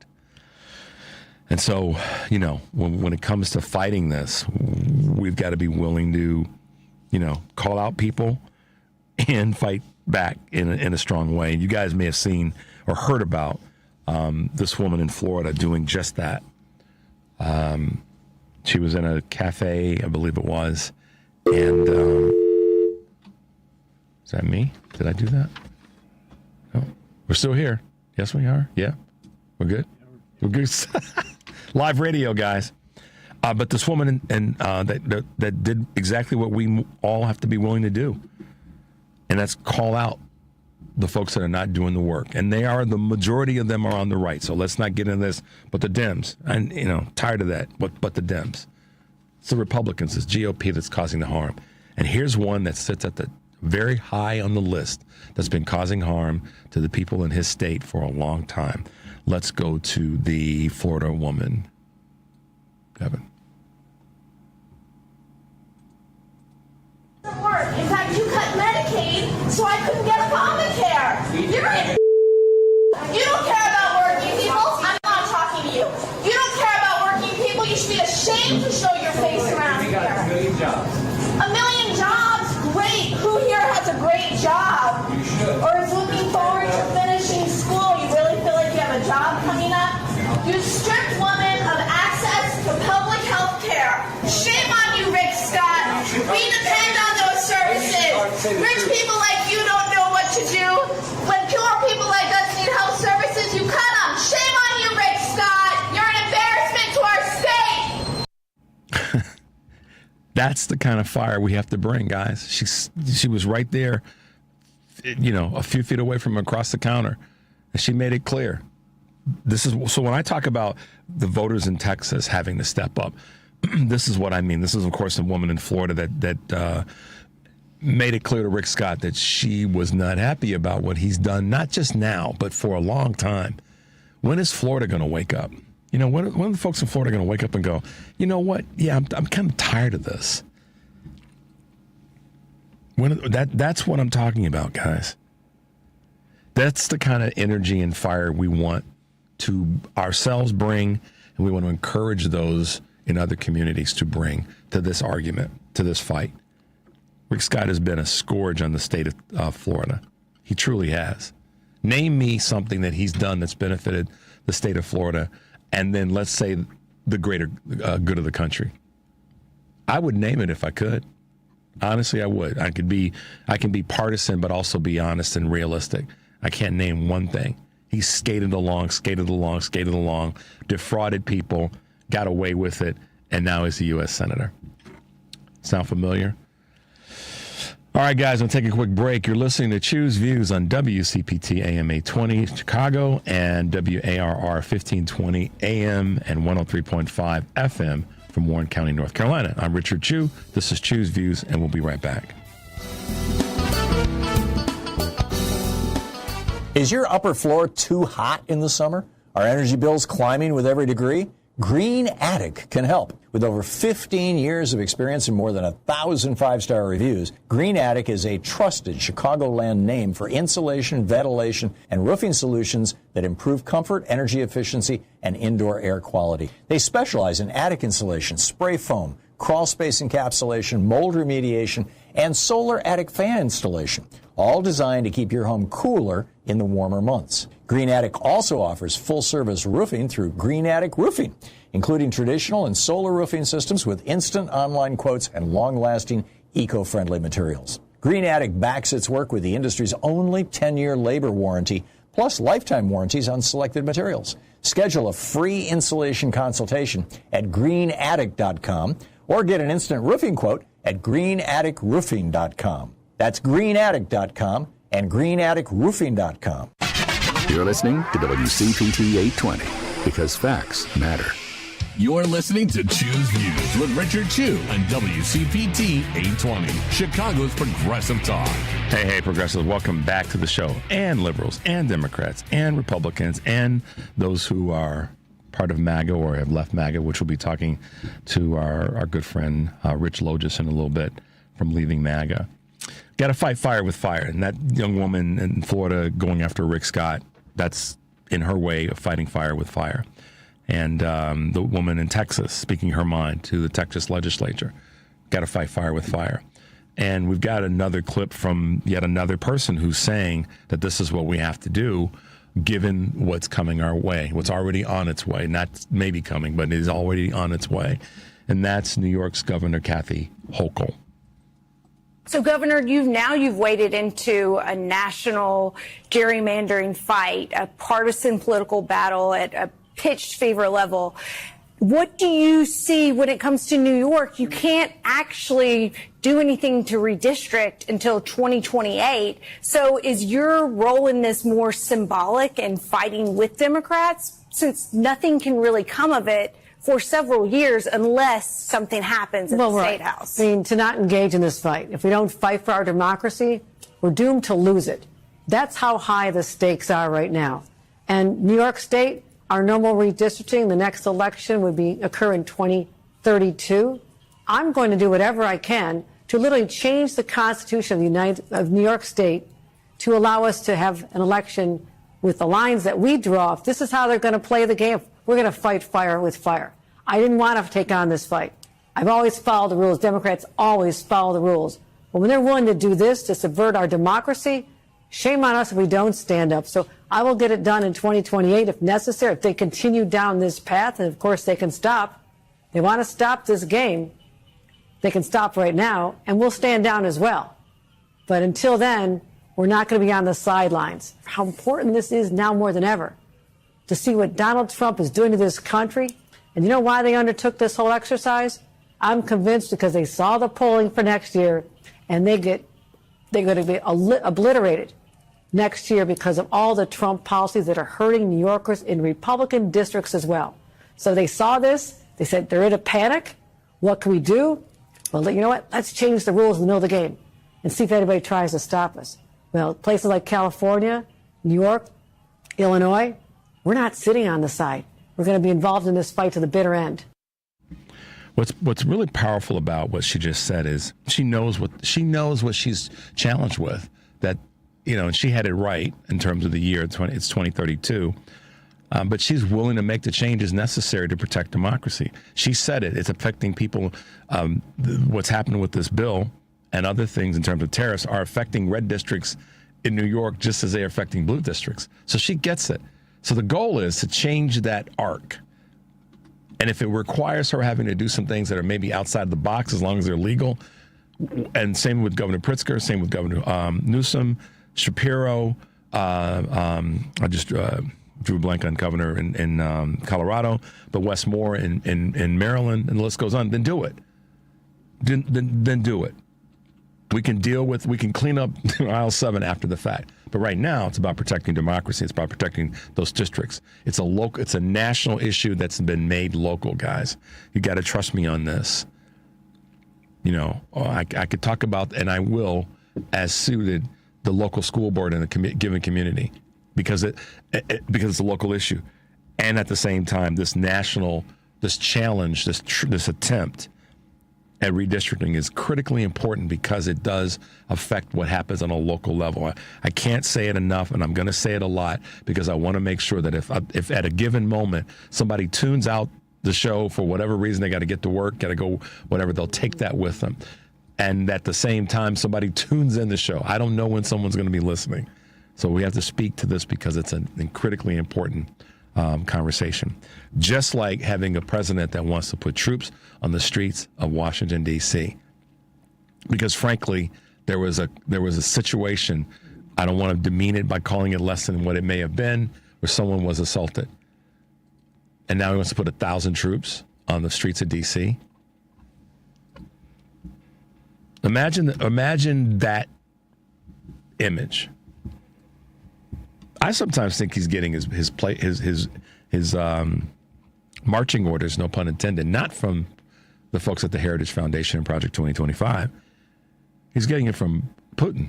He's getting it from Erdogan. He's getting it from Kim Jong, because he wants them to see, I can do the same thing in my country that you've done in your country, which is drag troops out and put them on the streets of the communities. And it's a game to him that he's playing with them against and on us. Time to vote. So what Governor Hochul says is spot on. It's time to play the game differently. We don't have to apologize for wanting to win. See, that's the thing that it's not a criticism of us as Democrats, but it is a comment. We don't need to apologize for wanting to win. I sometimes apologize here on the show because I want to be respectful to you guys, in case I say something that's, not how I meant to say it, and that's why, clean up on aisle 7. But I'll never apologize for wanting to win and to inform. Democrats should not apologize for wanting to win. And playing by, see, we get to move the rules if we need to so that the game is played correctly. That's different than breaking the rules. We have to know what the rules are and then how to navigate in them and them themselves so that we can win. It's about Democrats winning. It's no longer about being nice to the GOP. If they don't want to listen and participate, then too bad. Go home, do some homework, and come back and be ready to participate. That's how I see how we have to be willing to fight on all fronts. And talking about fighting outside of the country, an official saying to the U.S. let me be more specific, saying to Trump and his awfulness that they're not going to take it either. Our brothers and sisters to the north, Doug Ford particularly, one of the premiers in Ontario, said no with some of this latest tariff garbage. So, everybody's fighting right now. And they're fighting because of what this madness, this chaos, this creature in the White House is doing. So we got this clip from Doug Ford, who's a Canadian official, that I want you guys to hear. We're moving forward with a 25% surcharge on electricity exports. For the 1.5 million American homes and businesses that Ontario powers, homes and businesses in Minnesota, Michigan, and New York. This surcharge will cost families and businesses in these states up to $400,000 each and every single day. On an average, this will add around $100 per month to the bills of hardworking Americans. Let me be clear. I will not hesitate to increase this charge. If necessary, if the United States escalates, I will not hesitate to shut the electricity off completely. Believe me when I say I do not want to do this. I feel terrible for the American people because it's not the American people who started this trade war. It's one person who's responsible. That's President Trump. I'd rather be working together. I want to sell the U.S. more energy, more electricity, more critical minerals. I want to make Canada and the United States the richest, most successful, safest, most secure two countries on the planet. But as Premier, my number one job is to protect the people of Ontario and in hand protect the people of Canada. I will do whatever it takes. I will fight like I've never fought before to protect Ontario. Friends, none of this makes sense. Costly tariffs against your closest friends and allies do not make sense. The U.S. markets have lost trillions in value. Companies are second-guessing investments into the American economy. American workers' jobs are at risk as we speak right now. Cost of hardworking American families will only go up. It doesn't have to be this way. We are stronger when we work together. So, Doug Ford, Ontario Premier, he spoke to this weeks ago. He's speaking to it again, and it's all about one thing. The reason that I like this clip so much is that he zeroes in on it is not against the American people, and it's not because of the American people. It's because of the dude in the White House. But at the same time, he's got to protect the folks that he cares about. So the parallel that I'm making here is probably pretty obvious. Governor Hochul, Governor Newsom, Governor Pritzker are protecting the people that they care about by any means necessary, without apologies. No need for apologizing. That's why to me, that's important. It's important for us to grasp that and understand that. It's about protecting those that we care about. Before we go to this next break, I got a really nice text in terms of talking about Donald and these impacts. Just check this out. Donald's using shiny keys again to deflect from the call to release the Epstein files. Higher tariffs, meeting with Putin to pillage Ukraine. I didn't even get to that. Sending troops to D.C., Bitcoin announcement with regards to retirement accounts in terms of 401k plans. I saw that, and that one's I'm not happy about. Redistricting 5 seats in Texas. Thanks, Cassandra from Oak Park. But that's exactly it. It's the distraction once again. And from the big thing right now is the Epstein files. So I'll be interested to talk to Rick about that and his guest, our guest, Danny Collins, when we get back. You're listening to Choose Views on WCPT, AM 820 here in Chicago, and WARR 1520 AM and 103.5 FM from Warren County, North Carolina. I'm Richard Chu. This is Choose Views, and we'll be right back. With MedGuard Alert, you're never alone. You can connect with medical professionals anywhere, anytime. And now MedGuard is introducing our exclusive new Care Watch. If you need help quickly, use it from anywhere to contact medical professionals. No cell phone required. The Care Watch is not only a life-saving medical alert device, it's a revolutionary health monitoring system that checks your blood pressure, heart rate, oxygen saturation, and much more. And here's the best part. If you have Medicaid, you may qualify to get your Care Watch for free. The Care Watch is only available through MedGuard Alert. Call us right now. We have monitoring programs starting as low as $1 a day. The call is free, activation is free, shipping is free, and no contract is required. Remember, with Medicaid, you may qualify to get your Care Watch for free. Call us to get your Care Watch right now. 800-741-5819. 800-741-5819. 800-741-5819. That's 800-741-5819. You're listening to WCPT 820. Here's the latest Chicago weather update. From the Weatherology Weather Center, I'm meteorologist Jennifer Wojcicki. We'll see a few spotty showers and thunderstorms at times here for today. Partial sunshine develops a high into the upper 80s. Winds out of the southwest around 5 to 15 miles per hour. Tonight, a chance for showers and thunderstorms, cloudy, a low near 72. By Tuesday, another chance for rain and storms, partial sunshine, high of 84 degrees. Wednesday, mostly sunny skies and a high around 84. That's your latest Chicago weather update. Currently, it's 76. Alexa, play WCPT. WCPT from TuneIn. Richard Chu's got his eyes on the truth. And you're right where you need to be. This is Chu's View on WCPT 820.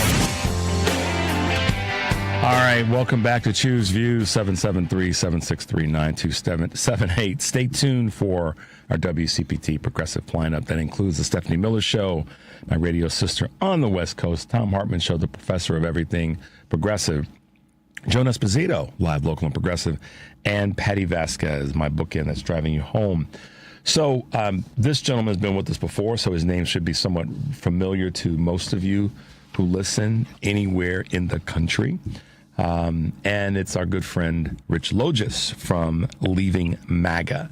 Rich, good morning and welcome to the show.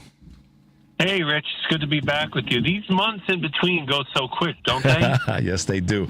Hey, man, I've been trying to do my best to talk you up, and when I see you on social media, to give you a shout out and give you a heart, give you a thumbs up, because I know you're out there making a change, making a difference. So I'm trying to do my best to amplify the work that you're doing. Yeah, appreciate that, Rich. Thank you so much. Absolutely. And with us this morning also is Danny Collins. Danny, I don't know if that's your phone or if that's Rich's phone. Got a little background noise, a little background muffle. But welcome to Choose Views. How are you this morning? I'm doing well. How are you? I'm doing great. Thank you. So Rich has been we've been riding and going down this road together to talk about leaving MAGA, and it's an interesting conversation because and an interesting connection, maybe a better word, because I've had a number of people that have said to me, I didn't know that this group even existed, and I didn't know that there were people who were consciously and outwardly making it clear that they were leaving a part of something that they had been a part of for a while. And as I said before to Rich when he's been on the show, he's created a bridge for people that are moving away, getting away. Absolutely. But at the same time, what's crazy about this, and we'll bounce back and forth a little bit, is that number, when I say it's crazy, it's like, okay, we want to see this and we want to see it in even bigger numbers, but it is increasing. I go back to the early part of the year when Rich and I first met, and that number is ever increasing. But Danny Collins, take a moment, tell our audience all over the country a little bit about you, and let's talk about your story. Let's talk about your in and then you're out of MAGA. Go ahead. Okay. So I grew up in a small town in South Florida, ultra conservative, a lot of Christianity, a church on every corner.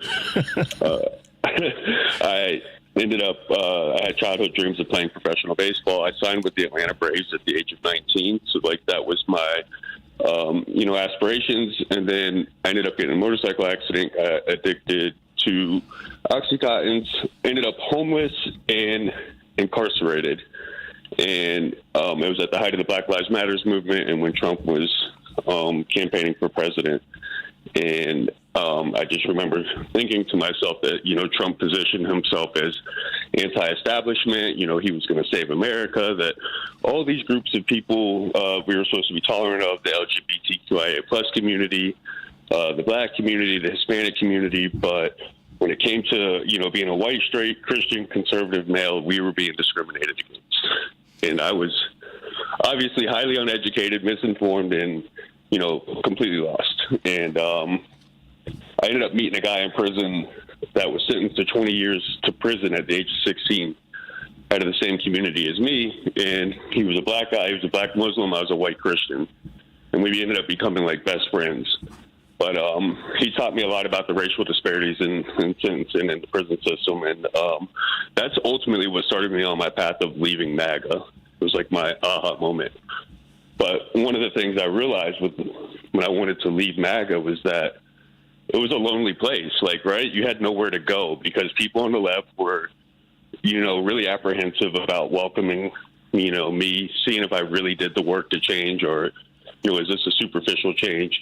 But obviously I didn't align with people on the right anymore either. So I was sitting there and really had nowhere to go. And that's when I met Rich. And, he talked about this group called Leaving MAGA. And I was like, wow, what a concept, right? Because people really want community. And I think that, for me, that's what I was searching for, right? Like I wanted acceptance somewhere. And, being a part of MAGA, I think I was MAGA before MAGA was even MAGA, right? Like it was always, who I was. Like I just didn't, I say that all the time. Trump doesn't make people racist, misogynistic, xenophobic. He just brings out what they already are, homophobic, transphobic. Like Trump just, whatever's already in you, he just brings that to the forefront and emboldens you to be that person that you already are. And, that's what he did for me. So, but in that process of living loudly like that is when I had an opportunity to change, because now I'm being exposed. My ideas are being exposed. My beliefs are being exposed and challenged. And I think that deep down, I always wanted to be, a good person. Like I wanted to seek truth. I just was never exposed to it growing up in the community that I grew up in. Yeah. Well, listen, man, thank you for that story. And I know there's so many other pieces to it and lots more to get into. But just some of the things that I wanted to highlight in coming back is, community is one of the things that Rich and I have talked about before. And everybody wants to be part of something. I mean, we all have our needs for independence and to kind of do things on our own and be our own person. And we also want to be part of something because we come from something. We come from a community, whether it be the family that we grow up in, the church community. And I snickered about the church on every corner because it was just like, you could walk down the street with a bad thought in your mind because every time you turn the corner, there was another church going, so anyhow. But no, listen, man, I appreciate your honesty. And I'm that guy. I'm that guy that can be critical and complimentary at the same time. Critical of a thing because we know that criticism allows us to find where there's an opening to get better. But I can also be complimentary of someone who's doing the work to get better. And that's why I have made it my point to have Rich on every few weeks and a person that's part of the newly founded community, because I believe in the greater good of our community. And I wouldn't be doing this if I didn't feel that way in my heart. So as much as, you may have missed things along the way and had certain beliefs along the way, you are, from all measure, like other people that are part of Leaving MAGA, putting in the work to affect change. So let me ask you that very specific question. What are you doing?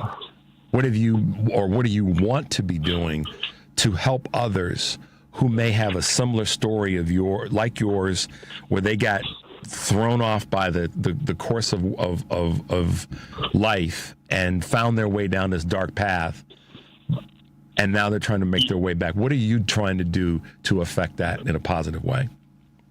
So I basically made this like my life work now as well, because I am so passionate about it. I was so loud for MAGA and Trump and those, conservative beliefs that were so deeply ingrained in me that same loudness I do now.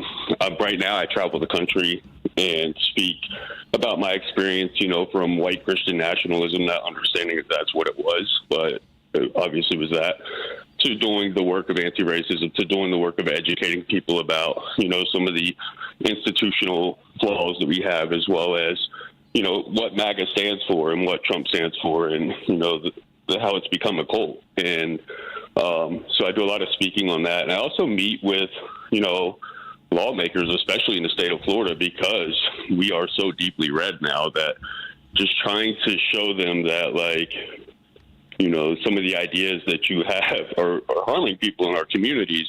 And unfortunately, I think most people who are a part of MAGA, don't leave that group thought until it directly impacts them.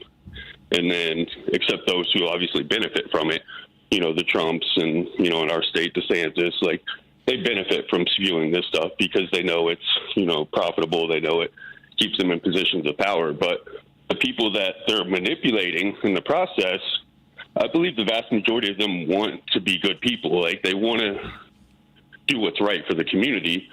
They've just been hoodwinked by narcissistic sociopaths that don't care about anybody but themselves. And so I spend a great deal of my time just trying to educate people and let them know that there is a different way. I know that when I talk to people in my community and it's all MAGA, one of the things I get from most people is that, you know, I want to speak out now. I see that Trump's doing wrong.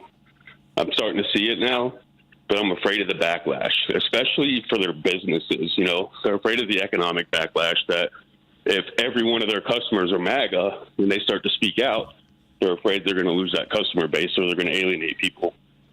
And I've seen it happen in our community where people will punish you, you know, for speaking out. Like I was talking to Rich about this yesterday. One of the big backlashes for me when I left, and because I'm so vocal and I have a pretty big social media following, is that people in my community were like, "Oh no, we don't want to hire you.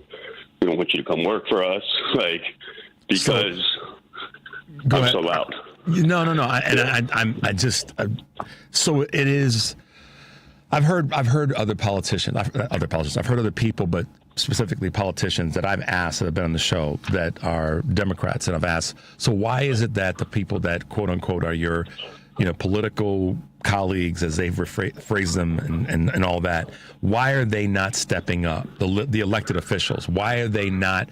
They know that this can't be right. They know that these policies and all the craziness and the executive orders and just the constant turmoil is not right. And then they say, Richard, it's because of fear. And it's not just a fear of being primaried per se, but it's a literal fear that's on the ground. And you just described something that I don't think a lot of people have heard.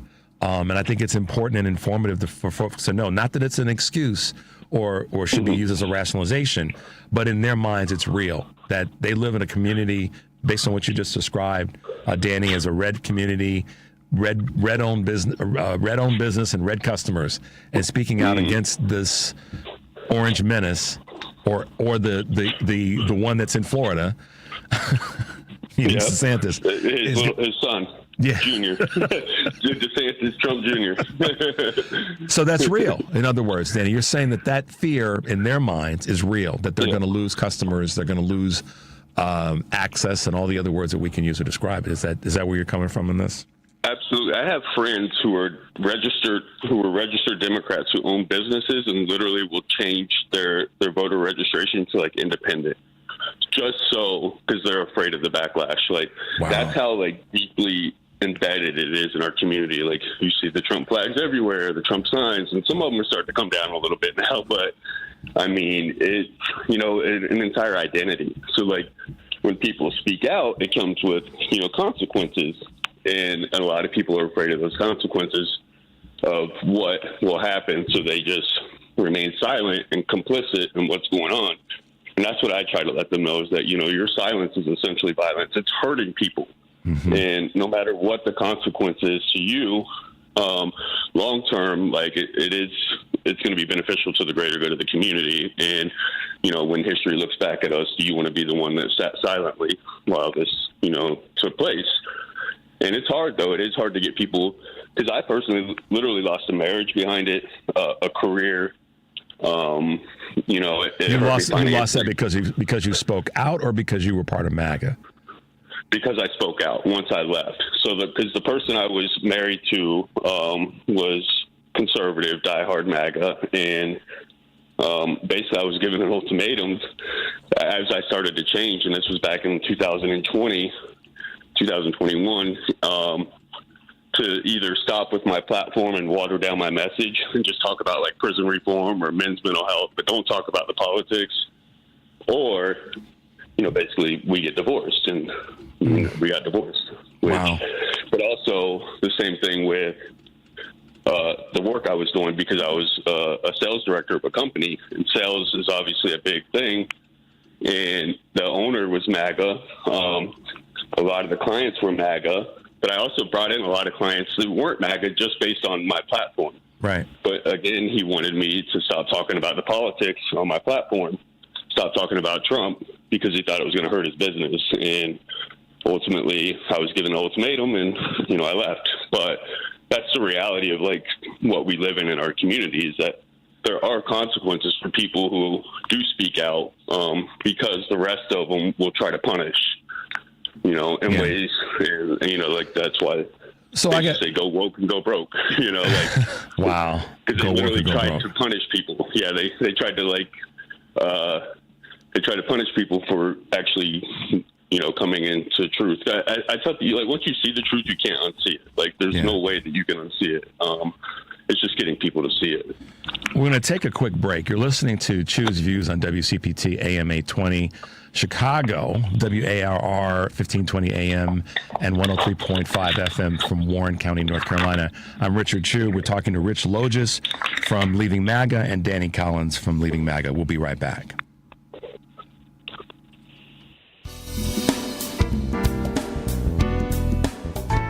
This is Tony Moret. I'm an estate planning lawyer who drafts living trusts and wills. Since the election, I've been hearing from my clients, many of them fellow WCPT listeners, and we all wonder, how did this happen and what can we do? The how is, of course, very complicated. My thoughts as regard to what we can do is simple but important. We need to take extra care of those we love. Having an estate plan using either a living trust or will can provide comfort in uncertain times like these. When the progressive values we hold dear are under attack, I feel we must make sure that our personal lives are secure and then work out from there. I've been drafting estate plans for my clients for over 30 years, and I will use all of that experience to help you. Please call me at 847-996-0496. My website is moreylawoffice.com. That's Morey spelled M-O-R-E-E. Again, the phone is 847-996-0496. There is no cost or obligation for our initial discussion. I look forward to speaking with you. Chicago's Progressive Talk, WCPT 820, where facts matter. From the headlines to the heart of the city, Richard Chu breaks it all down. You're back on Choose Views on WCPT 820. All right, guys, we're back, and we're talking to Rich Logis from Leaving MAGA and Danny Collins as well from Leaving MAGA.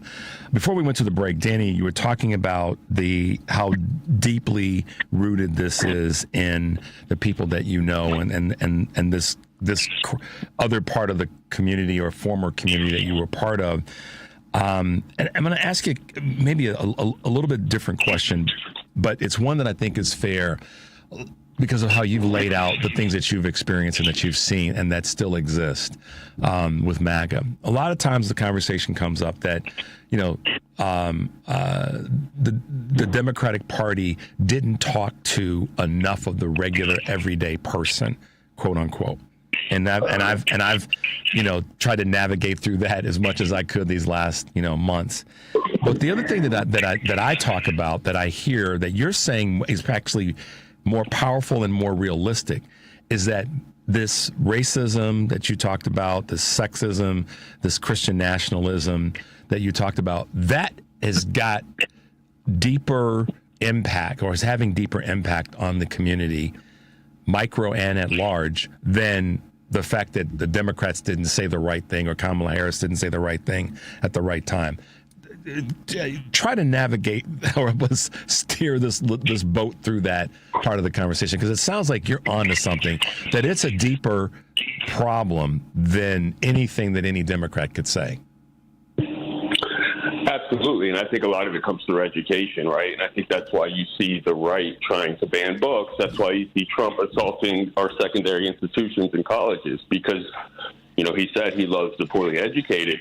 And I think a lot of our racism, our xenophobia, our misogyny, all of that is, I don't think it's intentional in many ways. I mean, I think that the powers that be, it could be intentional because they weaponized it. But I think a lot of people are, uneducated. So in their heads, they don't think that, rounding up a bunch of brown people, throwing in them, trafficking them to foreign prisons, is being xenophobic or racist. They think it's a moral cause, right? They think it's under Christian love that, you got to come in here and do it the right way. And so it's educating people on seeing how they need to deconstruct from the things that they believe. Because that was, for me, everything that I believed that was hateful and bigoted, I really, in my heart of hearts, thought that I was being a good person, right? Like, And I was conditioned to believe that, Arabs and Palestinians, they're jihadists and they're terrorists. I was conditioned to believe that, gay people, our marriage was a sacrament from God, and gay people, it's okay if you want to be gay, just quit shoving it down our throat, as we would say, and never put myself in the shoes of someone else or what it was like, for them to live in this country as a non-white, straight male, basically. And I think when a certain demographic of people are so used to being the standard, we're so used to being the center of the narrative, that when you deviate from that in any way, it begins to feel like we're being attacked. And I tell people all the time, like, privilege is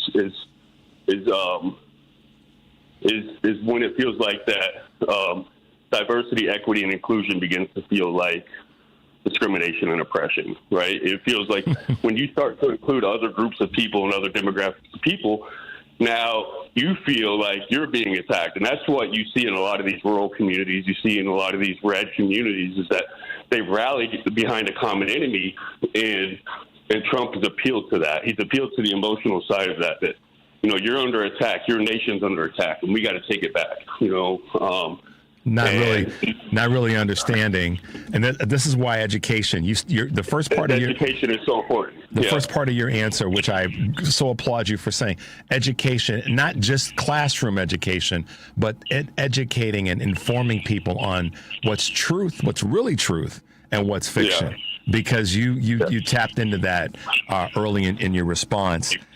So, Danny, let me ask you another question that I think I didn't want to skip past this. You said that when you were incarcerated, that you had you developed a relationship with a man who's a black Muslim, and he kind of helped you better understand. He kind of educated you. He kind of plugged you into some stuff that you may have heard but didn't hear from the perspective that was not only his truth but a reality that you weren't familiar with. And so, just to tie this together as best I can. So you have this encounter with a black Muslim man in prison. You start to see things a little bit differently. You've expanded your windshield is massive now in terms of the information that you're taking in and learning new. So how do you, or I don't want to make an assumption, if you convey some of those learnings to people that are still part of MAGA, that are trying to connect to that bridge that Rich has built? How do you do that? I think that's one of the most important pieces that works for me, because it's informative and it's educational and it's non-emotional, and I can present it in a way that is where people can digest it, right? So what I learned was, and this is what he had me do in prison, was he had me read Michelle Alexander, The New Jim Crow, Mass Incarceration in the Age of Colorblindness. Wow. When I learned, you probably lost your mind when you read that. Yeah, it completely changed my perspective, because as a conservative, as a MAGA person, I told him, we can't blame anybody for being in prison. These are the consequences to our choices. We need to take personal accountability. Stop being the victim. Black people are told that all the time. Stop being the victim. Well, he said, that's easy for you to say. The judge, when he sentenced you, he looked at you as the all-American boy, ex-college, ex-professional baseball player, somebody who just suffered with mental health and substance abuse. He said, you had 14 felonies. You've been to prison and back home twice before I'll get out once. He said, when that judge sentenced me, he didn't see his son in me. He saw another black kid lost to the system, a thug, a predator, a savage. And he said the difference is in the way we're viewed. It's in the way that we're treated. He said your life was redeemable, but my life wasn't redeemable. And, he was sentenced to prison for 20 years at the age of 16 for a crime where nobody got hurt, and that's what really opened up my eyes. When I saw the 13th Amendment was the abolishment of slavery, except when punishment for a crime, that crime became the loophole for legalized slavery. Fast forward 100 years, you have Jim Crow segregation. And during Jim Crow segregation, black people face second-class citizenship, disenfranchised from voting, to be discriminated against for education, employment, housing. Well, in 2025, there's one group of people you can still do that to, and that's convicted felons, unless it's Donald Trump in the White House. Then he's good. But the rest of us who are convicted felons, you can legally disenfranchise from voting. You can deny housing. You can deny employment, deny education. Well, do you think it's a coincidence that 1 in 4 black males carry convicted felon label as opposed to 1 in 17 white males, and 1 in 60 Hispanic males? So once I saw those numbers in my experience of being in prison, it really opened up my eyes. And, the data is there. So when I present that to a lot of MAGA people, because I think there's a lot of people in MAGA in my community too that if they haven't been impacted by the criminal justice system, they know someone who has, especially with the opiate epidemic, So like when I can present that to them in a way, and I tell them that me being a poor white man in the South, I became collateral damage in a system that was literally designed to target black and brown people. So for the people that say systemic racism doesn't exist, well, there's one right there I can give you that's clear cut and dry. Whether it's intentional or not, we can debate that later. But the numbers don't lie. Wow. So, and that's when I get people to start to see that, then they at least open up for conversation, and then I start to take them down other ways of where it presents itself in our institutions. So, and that's just in my experience. And I realized another thing that I see with people who leave MAGA is that everybody has a different aha moment of like why they leave, Yeah. That was mine. Well, Danny, listen, man, I definitely want to have another conversation with you down the road and maybe sooner than later. Maybe we'll even spend a little bit more time, Rich, and have Danny on again and talk about some of the things that he's doing, a month from now, 2 months from now, whatever it may be. We'll figure that out. I just want to share this with you before I let you guys go. One of our listeners said to please let your guests know that the listeners support their efforts and their struggles. We understand what it's like to lose a job, thinking that politics, this person lost their job because they think their politics had something to do with it. They live in a fairly red area, and that goes on. But we're coming to the top of the hour, and you guys have been, Rich, thanks for once again building this bridge to help bring our communities together. Danny, thank you for being so eloquent and open about what your experience has been and what you're doing now, because I think a lot of people want to know what is it that you're doing now. But we got to have you guys back, and I know we'll figure that out. Rich, in the weeks to come. But last, quickly, Rich, let folks know how they can find the organization.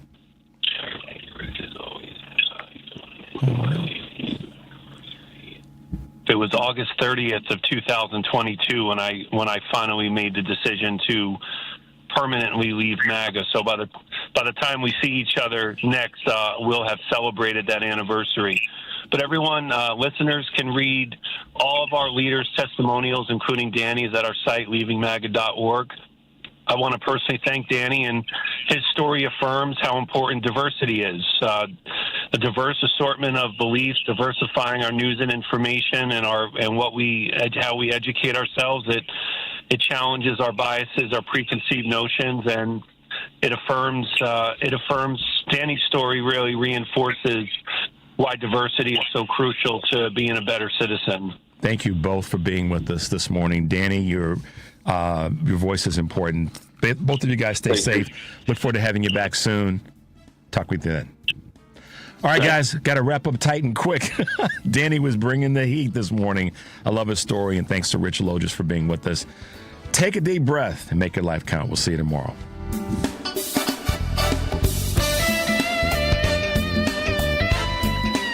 Are you tired of talking to yourself? We can get you an audience on the radio. You can produce and host your own radio show on one of our 2 stations. Please call 773-792-1121. That's 773-792-1121 and ask for Mark. Limited space available. This is a WCPT Better in Minute. In the midst of World War II, a group of Native American soldiers known as the Code Talkers became silent heroes. The U.S. military faced challenge of secure communications on the battlefield, and these men, primarily from the Navajo tribe, were enlisted to develop an unbreakable code.